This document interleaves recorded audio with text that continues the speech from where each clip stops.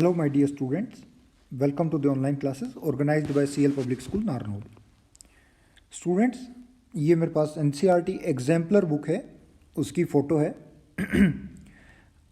Last exercise की photo है। तो इसमें ये जो इनडेफिनेट इंटीग्रल के क्वेश्चंस हैं, इन इनडेफिनेट इंटीग्रल के क्वेश्चंस को क्वेश्चन नंबर 42, क्वेश्चन नंबर 43 बहुत टाइम पहले मैंने आपको एक बार होमवर्क भी दिया था। तो क्वेश्चन नंबर 42 और 43 इम्पोर्टेंट क्वेश्चंस हैं। इन दोनों क्वेश्चंस को आप अपनी साइड से एक बार सॉल्व करने की कोशिश करिए। इसके अलावा क्वेश्चन नंबर 41, 44, 45, 46 और 47 ये क्वेश्चंस हम लोग अभी सॉल्व करेंगे। ये सारे क्वेश्चंस हैं डेफिनेट इंटीग्रल के। सो स्टूडेंट्स, डेफिनेट इंटीग्रल हमारा टॉपिक चल रहा है और उसके ये क्वेश्चंस हैं, इनको हम अभी सॉल्व करेंगे। टॉपिक ऑलमोस्ट कंप्लीट हो ही गया है, बस कुछ क्वेश्चंस हमको प्रैक्टिस करने हैं। तो मैं यहाँ से ये हिंट इरेज कर देता हूँ। आप बिना हिंट देखे एक बार क्वेश्चन नंबर 41, 44 और 45 इन तीनों क्वेश्चंस को एक बार आप वीडियो को पॉज करके अपनी साइड से ट्राई करिए। फिर अगर नहीं होगा तो फिर हम इनको सॉल्व करेंगे। क्वेश्चन नंबर 43 को आप नोट करके रख लीजिए, क्वेश्चन नंबर 42 को भी नोट करके रख लीजिए। इनको हम बाद में सॉल्व करेंगे। आप एक बार अपनी साइड से ट्राई करना, हो जाए तो बहुत बढ़िया, नहीं होगा तो फिर मैं एक्सप्लेन करूँगा। ओके, सो नाउ स्टूडेंट्स, देखते हैं सबसे पहले क्वेश्चन नंबर 41। तो देखिए क्वेश्चन नंबर 41 एक अच्छा क्वेश्चन लिखा हुआ है। NCERT एग्जाम्पलर बुक के सारे ही क्वेश्चंस अच्छे हैं। तो देखिए 41 क्वेश्चन नंबर को इसके ऊपर फोकस करते हैं। So integration π/3 to π/2 1 minus cos x power 5/2 square root 1 plus cos x. यहाँ पर एक चीज़ मिसिंग है। एग्जामिनर ये जो बुक है ये ऑनलाइन वर्जन है, तो ऑनलाइन वर्जन में कुछ चीज़ें इरेज हो जाती हैं। यहाँ पर इंटीग्रेशन dx भी है, ये ऐसे लिखा हुआ है कंप्लीट क्वेश्चन। नाउ स्टूडेंट्स, इस क्वेश्चन को सॉल्व करने के लिए हमको चेक ये करना होगा कि भाई प्रॉपर्टी लगाकर सॉल्व करें या फिर इंटीग्रेशन पहले हम फाइंड आउट कर लें और लास्ट में लिमिट्स पुट कर दें।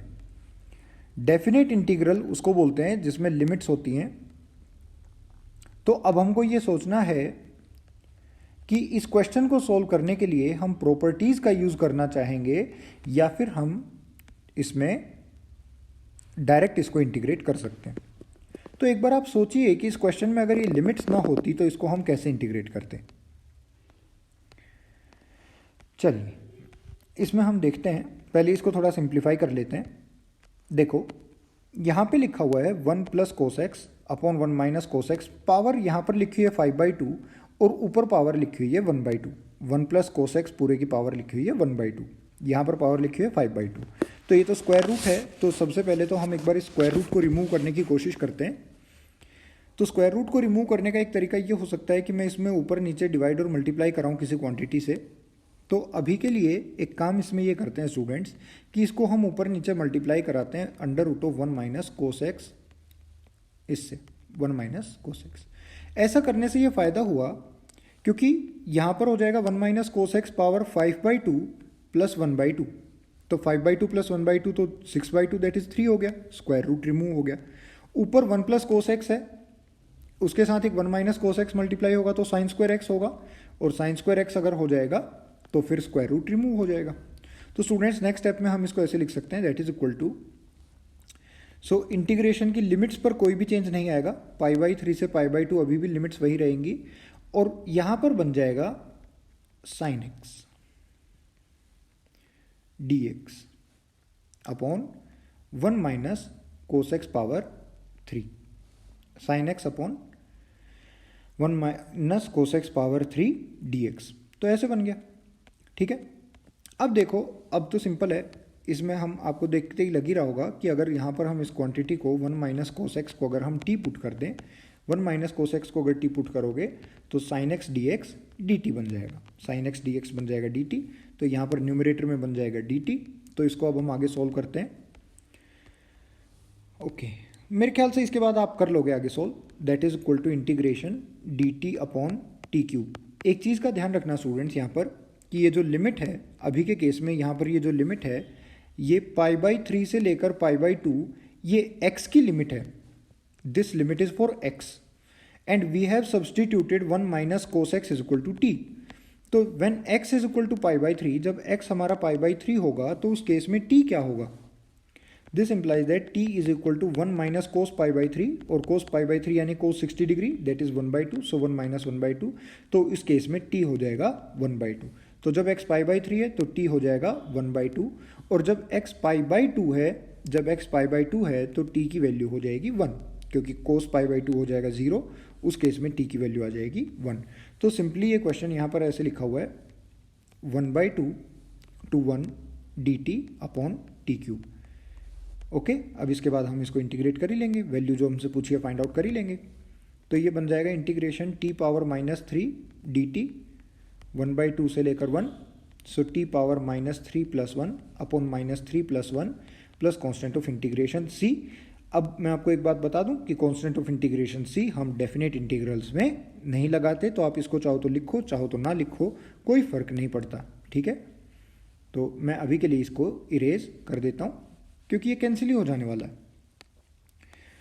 अभी इसमें लिमिट्स पुट कराएंगे, लोअर लिमिट है 1/2, अपर लिमिट है 1, तो पहले इसको थोड़ा और सिंप्लीफाई कर लेते हैं। -3 प्लस 1 करेंगे तो -1/2 बनेगा, तो -1/2 इधर लिखा हुआ है, और अपॉन में t² ऐसे लिखा हुआ है, और लिमिट है 1/2 से लेकर 1। सो अपर लिमिट पुट करवाते हैं सबसे पहले, सो 1/2 और t² यानी कि 1 का स्क्वायर, फिर बीच में माइनस साइन। अब एक बार लोअर लिमिट पुट कराते हैं, तो -1/2 और 1/2 का होल स्क्वायर, तो माइनस माइनस यहाँ पर प्लस हो जाएगा, और जब हम इसको सिंप्लीफाई करेंगे तो ये बन जाएगा -1/2 प्लस यहाँ पर 1/2 और 1/2² ऐसे 2 हो जाएगा, so that is equal to 3/2। ये हमारा फाइनल आंसर आ गया। आई होप आपको ये क्वेश्चन समझ में आया होगा और आपको इसे देखने में मज़ा आया होगा। तो अभी आप इसको नोट कर लो, और नेक्स्ट क्वेश्चन अब हम डिस्कस करेंगे, क्वेश्चन नंबर 44। ओके स्टूडेंट्स, तो एक बार क्वेश्चन नंबर 44 की रीडिंग आप अपनी साइड से लगाइए। 44, और इसमें ये चलो हिंट भी क्या ही है इसमें। तो देखिए स्टूडेंट्स, ये जो क्वेश्चन नंबर 44 है, बड़ा सिंपल ही क्वेश्चन है। आप इसमें इसको हिंट भी गिवन है, cos पावर 4x से ऊपर नीचे डिवाइड मल्टीप्लाई करा दीजिए और ये सॉल्व हो जाएगा, ठीक है। इंटीग्रेशन 0 to π/2 लिखा हुआ है, और cos पावर 4x से डिवाइड और मल्टीप्लाई कराकर एक बार आप इसको सॉल्व करना, अपनी साइड से कोशिश करना, हो जाएगा। ये इसमें मेन क्रक्स था, cos पावर 4x से डिवाइड मल्टीप्लाई कराने वाला। अभी ये क्वेश्चन हो जाएगा, ठीक है। चलिए अभी मैं आपको एक चीज़ और बताता हूँ। इसमें क्वेश्चन नंबर 45 जो है, ये क्वेश्चन नंबर 45 बड़ा सिंपल क्वेश्चन है, इसमें कोई ज़्यादा न्यू ऐसे कोई क्वालिटी लग नहीं रही। x into 1 log of 1 plus 2x dx ऐसे लिखा हुआ है। तो स्टूडेंट्स देखिए, अभी इस वाले क्वेश्चन में क्या रहेगा, मैंने आपको अभी अभी बताया, या तो आप किसी क्वेश्चन को करो with the help of the property, या फिर आप किसी क्वेश्चन को पहले इनडेफिनेट इंटीग्रल की तरह सॉल्व कर लो, सब्सटीट्यूशन या जो भी मेथड लगा के, जितने सारे मेथड्स हैं बाई पार्ट्स लगा के, सब कुछ लगा के इनडेफिनेट इंटीग्रल की तरह सॉल्व करो, और बाद में लिमिट ऑफ इंटीग्रेशन पुट कर दो। तो ये दो तरीके हैं क्वेश्चन को सॉल्व करने के, या तो प्रॉपर्टी या फिर लिमिट्स लगा के। ओके, तो इस वाले क्वेश्चन में अगर आप एक बार प्रॉपर्टी लगा कर देखें, प्रॉपर्टी नंबर 4, तो यहाँ पर हो जाएगा 0 to 1, x की जगह हो जाएगा 1 minus x multiplied by log of 1 plus 2x, तो 1 प्लस 2 माइनस 2x हो जाएगा, और यहाँ पर हो जाएगा dx। तो स्टूडेंट्स प्रॉपर्टी लगाने से मेरे ख्याल से यहाँ पर हमको कोई खास फ़ायदा हुआ नहीं, कोई खास फ़ायदा नहीं हुआ, क्योंकि यहाँ पर बन गया 3 माइनस 2x, तो ये तो आगे सिंप्लीफाई नहीं हो रहा। तो प्रॉपर्टी से इस क्वेश्चन में हम नहीं जाएंगे। तो हम एक चीज़ सोचते हैं कि क्या इस वाले क्वेश्चन को करने का इनडेफिनेट के जरिए हम करके और फिर डेफिनेट में पूछ सकते हैं, क्योंकि मैंने आपको एक बात बताई हुई है बार बार कि कोई भी क्वेश्चन जो हमारा डेफिनेट इंटीग्रल, कोई भी क्वेश्चन जो हमारा इनडेफिनेट इंटीग्रल में है, उसमें हम लिमिट्स लगाकर उसको डेफिनेट इंटीग्रल में भी पूछ सकते हैं। तो integration 0 to 1 x log of 1 plus 2x dx ऐसे लिखा हुआ है। तो जब भी इस तरह का क्वेश्चन आता है, तो आप सोचिए क्या उसमें हम कुछ सब्सटीट्यूट कर सकते हैं, या हम उसमें कुछ ट्रिग्नोमेट्रिक प्रॉपर्टीज लगा सकते हैं, या फिर हम उसमें पार्शियल फ्रैक्शन कर सकते हैं, या फिर कोई डायरेक्ट फॉर्मूला लगा सकते हैं, या फिर हम इसमें इंटीग्रेशन बाई पार्ट्स कर सकते हैं। तो आप ऑब्जर्व करिए, उन ऊपर में से कोई भी काम इसमें नहीं दे रहा। हाँ, इसमें हम अगर इंटीग्रेशन बाई पार्ट्स करेंगे तो क्वेश्चन सोल्व हो जाएगा। तो स्टूडेंट्स अभी आप इसको कर लोगे, ये आसान क्वेश्चन है। आप लोग इसको करके और मुझे फोटो खींच के सेंड करना। इसको फर्स्ट फंक्शन मान लो, इसको सेकंड फंक्शन मान लो, जिसको डिफरेंशिएट करना आसान होता है उसको फर्स्ट मान लेते हैं, ठीक है। ऐसा है नहीं, एक मिनट, एक काम करना, उल्टा मान लिया इसमें। अगर इसमें x को फर्स्ट फंक्शन मानोगे तो इसको डिफरेंशिएट तो कर लोगे, लेकिन log को इंटीग्रेट करना मुश्किल काम है। तो आप एक काम करिए, इसमें log को फर्स्ट फंक्शन मान लीजिए और x को सेकंड फंक्शन मान लीजिए। तो थोड़ा सा जब आप इसमें प्रैक्टिस करोगे तो आपको पता चल जाएगा कि किस फंक्शन को फर्स्ट फंक्शन माना जाता है, किस फंक्शन को सेकंड फंक्शन माना जाता है। ऑल राइट, सो इसको जब आप बाई पार्ट्स लगाओगे तो ये हो जाएगा, आसान क्वेश्चन है। अच्छा, अब देखिए क्वेश्चन नंबर 46 जो क्वेश्चन है, ये इस तरह के बहुत सारे क्वेश्चन होते हैं। क्वेश्चन नंबर 46, क्वेश्चन नंबर 47, ये दोनों ही क्वेश्चन आपस में इंटर रिलेटेड क्वेश्चन हैं स्टूडेंट्स। ये दोनों क्वेश्चन आपस में इंटर रिलेटेड क्वेश्चन हैं। तो यहाँ पर अब आप एक मोस्ट इम्पोर्टेंट पॉइंट नोट कर लीजिए।